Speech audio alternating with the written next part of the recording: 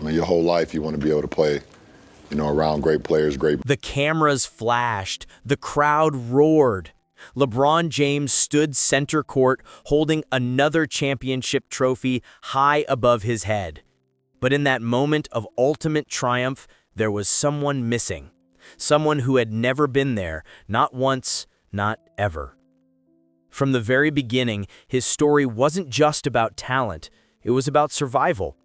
Born in a crumbling neighborhood, raised by a teenage mother, and haunted by the absence of a father he never truly met, LeBron James was never supposed to make it this far. He didn't have a stable home. He didn't have the privilege of legacy. But what he did have was a mother who refused to give up. This is not just a story of basketball greatness. This is the emotional journey of a boy who rose from brokenness and of two people who shaped him in opposite ways, one through fierce devotion, the other through an aching void. Today, we revisit the untold story of LeBron James and the parents who defined the man behind the legend. LeBron Raymond James was born on December 30th, 1984 in Akron, Ohio, a city best known for rubber factories and economic collapse. From the moment he entered the world, LeBron was a child of uncertainty. His mother, Gloria, was only 16. His father was absent, and the world around him was anything but stable. They moved from apartment to apartment, sometimes 5 or 6 times in a single year. There were stretches where Gloria had no job, no support, and no idea where they'd sleep next. But she did have LeBron, and LeBron had her. Growing up in the hardscrabble neighborhoods of Akron, violence and poverty were daily realities. Many of his childhood friends would go on to face jail time, addiction, or worse. But Gloria protected LeBron fiercely. She kept him in school, kept him moving forward even when everything else fell apart. At age 9, recognizing the instability, Gloria made a gut-wrenching choice. She sent LeBron to live with a local youth football coach, Frankie Walker Sr., hoping to provide her son with structure. That decision changed everything. It was under the Walkers' roof that LeBron found consistency, and eventually, basketball. On the court, he was electric. At St. Vincent St. Mary High School, he dominated national headlines. By the time he was 18, LeBron had become a global sensation. Cameras followed him everywhere. Sports Illustrated called him the chosen one. Nike signed him before he played a single NBA game. But while the spotlight was blinding, LeBron never forgot where he came from. He brought his childhood friends into his inner circle, forming a business team with those who once rode bikes with him down cracked streets. He created the LeBron James Family Foundation to support at-risk youth in Akron. He built schools. He gave back. On the court, his accolades are endless. 4-time NBA champion, 4-time MVP, 2 Olympic gold medals, the all-time leading scorer in NBA history. Off the court, he's become a symbol of excellence, endurance, and responsibility. But beyond the trophies and headlines, the story of LeBron James is, at its core, the story of a boy raised by a teenage mother. A boy who became the man his father never was. A man who turned pain into power. And while millions know the legend of King James, few truly understand the emotional weight of his beginnings, the shadows behind the spotlight. When Gloria Marie James held her newborn son in the dimly lit hospital room on a cold December night in 1984, she was just 16 years old. No job, no partner, no safety net. What she did have was resolve, and a fierce kind of love that would come to define both her life and her son's. Raised in the working-class neighborhoods of Akron, Gloria had already seen her share of hardship, but becoming a teenage mother was a different kind of storm. Her own mother had passed away just a few years earlier, and with little family support, Gloria suddenly found herself alone in the world, with a baby in her arms and the weight of survival pressing down. They lived in Section 8 housing, frequently bouncing between apartments and even staying with friends or in shelters when there was nowhere else to go. At times, there was no electricity. At others, no food in the fridge. Gloria took whatever job she could find, cleaning, waitressing, manual labor, anything that might keep them afloat for one more week. But to LeBron, she was everything. She was his protector, his teacher, his safe place. She taught him how to navigate danger, how to find dignity in difficult moments, and how to believe in something bigger than their circumstances. Despite the chaos around them, she instilled discipline and pride. She taught him never to make excuses, because she never did. One story LeBron tells often is how Gloria would wake up before sunrise just to walk him to school, then walk back alone through the snow, hungry and exhausted. On his birthday, even when they had no money, she'd find a way to make the day feel special. A used basketball, a slice of cake borrowed from a neighbor. The celebration was never about things, it was about love. But perhaps the most defining moment came when Gloria made the painful decision to let LeBron live temporarily with the Walker family. She realized her constant job changes and unstable housing were starting to impact his school attendance and mental health. So she gave him up, not because she didn't care, but because she loved him enough to let him go. During that time, Gloria stayed involved, visiting often and checking in on every detail. She never abandoned him. In fact, that separation only made their bond stronger. LeBron saw his mother's sacrifices with new clarity, and he vowed, silently, that one day he would take care of her. And he did. When LeBron entered the NBA as the first overall pick in 2003, one of his first acts was to buy Gloria a house. Not just a house, a palace compared to the one-bedroom apartments they once shared. In interviews, he never hesitated to credit her. "My mother is the reason I'm here," he said, again and again. "She gave me everything when she had nothing." Their relationship has never been ordinary, sometimes more like siblings than parent and child. Gloria was not a conventional disciplinarian, but her belief in LeBron, her unshakable, almost delusional belief that her son could be something extraordinary, was the fuel that carried them both forward. She was in the front row when he won his championships. She danced on the court when he was named MVP. She cried when he returned to Cleveland to fulfill his promise to win a title for his hometown. And when the cameras weren't rolling, she was the one texting him late at night, "I'm proud of you, baby." To the world, Gloria James is LeBron's mom. But to those who truly know the story, she is the heart of his empire, the single mother who raised a king. And in every alley-oop, every slam dunk, every breathtaking comeback, it's her story that echoes behind the cheers. His name is rarely spoken. No magazine covers, no press interviews, no proud sideline photos. For most of the world, Anthony McClellan is a mystery, just a name on a birth certificate, whispered in fragments across the story of LeBron James. Official records identify McClellan as LeBron's biological father, but the truth is more complicated and far more painful. From the moment LeBron took his first breath, McClellan was absent. No hospital visits, no diapers changed, no bedtime stories. Just silence. According to multiple sources, Anthony had a troubled life marked by instability and legal troubles. Arrest records from the Akron area point to a man in and out of jail, tied to petty theft and drug-related offenses. Gloria, only 16 at the time of LeBron's birth, had already experienced enough hardship without adding an unreliable partner into the mix. And so she did what she had to. She left him behind. For LeBron, the absence wasn't just physical, it was spiritual, a wound that never fully healed. In interviews, he rarely addressed the topic, and when he did, the answers were short, tight, guarded. "I didn't have a father figure," he once said, "so I had to figure it out on my own." But even silence speaks. As a child, LeBron watched his friends toss footballs with their dads, learned how to tie their sneakers with guidance, or walk to school hand in hand. He had none of that.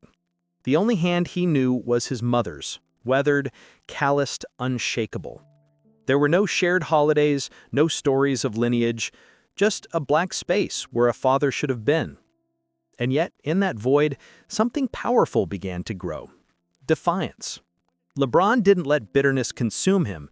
Instead, he used it as fuel. On the court, he became relentless. Off the court, he became intentional. Everything I missed, I'll give to my kids, he vowed. He studied how to be present, how to nurture, how to protect. In every photo with his sons, smiling, hugging, coaching, there is a quiet rebellion against the man who walked away. In 2014, LeBron shocked the media when he penned a public letter addressed to the man who wasn't there. It wasn't a letter of anger, it was a letter of thanks. Because you were not there, I had to become stronger. Because you left me, I learned how not to leave. Because you didn't teach me, I became obsessed with learning how to do better. It was not a reconciliation. Anthony McClellan, by all accounts, never attempted to re-enter LeBron's life in any real way.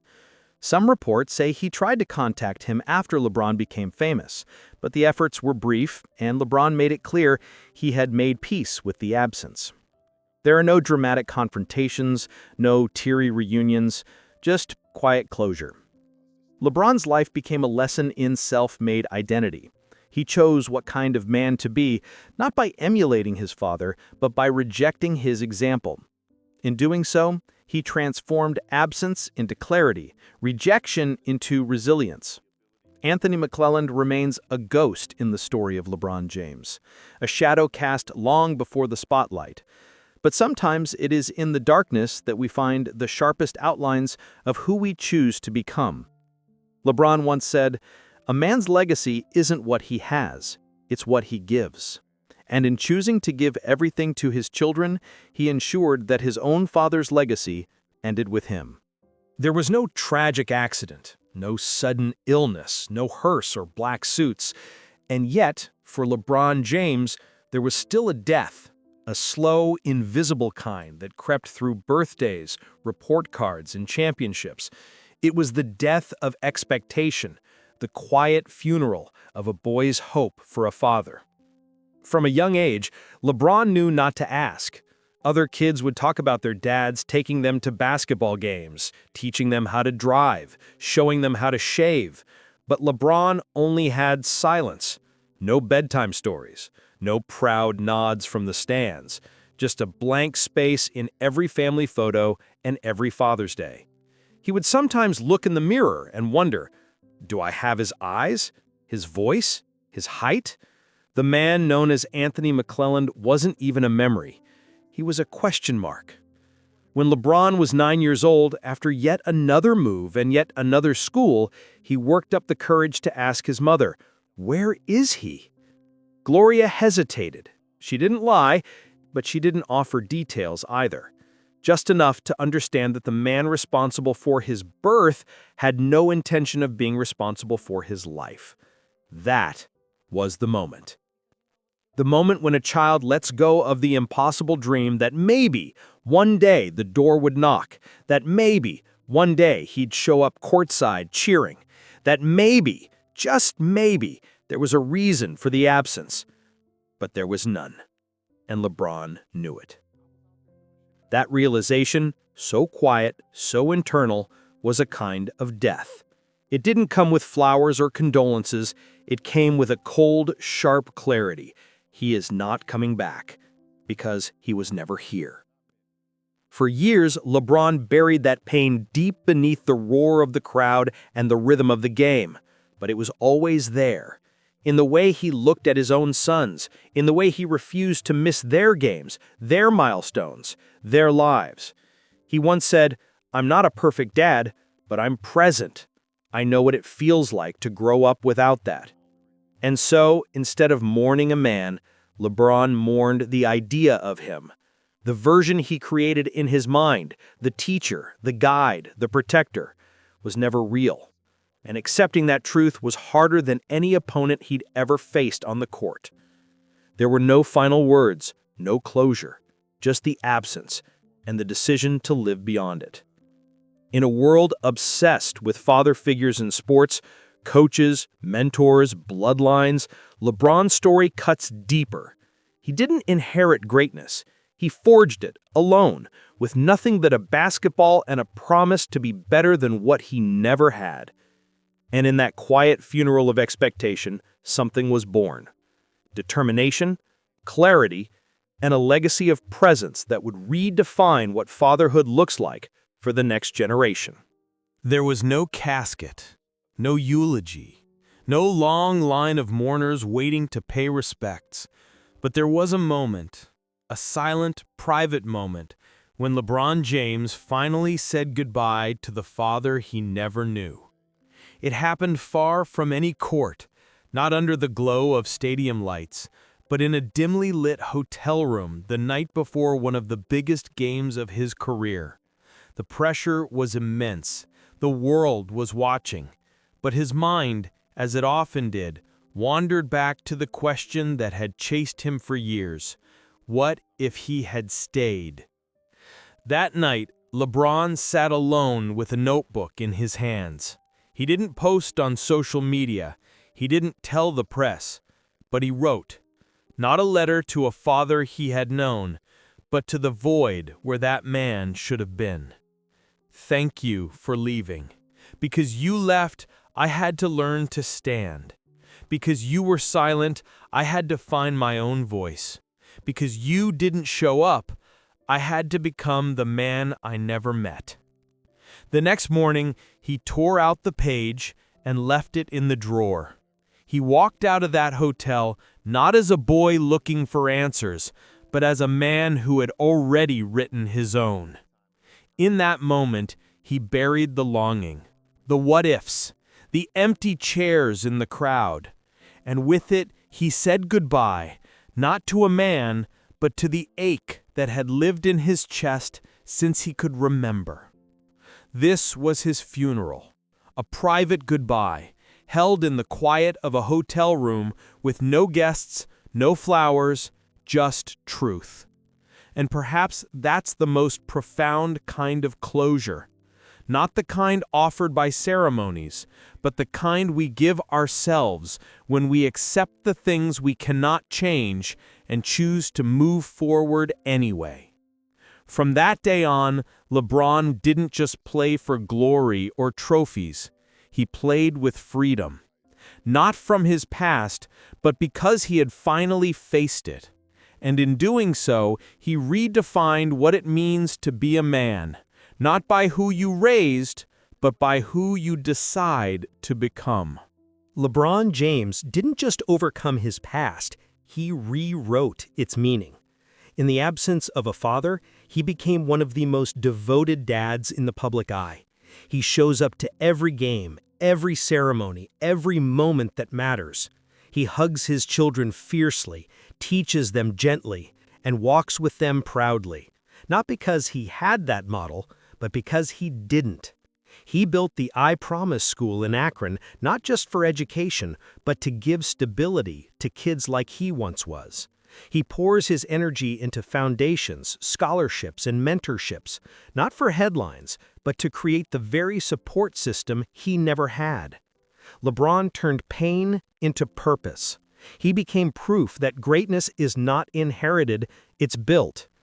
And through every high and low, one person stood beside him, Gloria, the mother who never left, never folded, and never stopped believing. Behind every spotlight, there's a shadow. And behind LeBron's legend, there's a story of loss, love, and rebirth. Have you ever grown stronger, not because of what you had, but because of what you missed? If this story moved you, don't forget to like, comment, and subscribe for more stories behind the spotlight.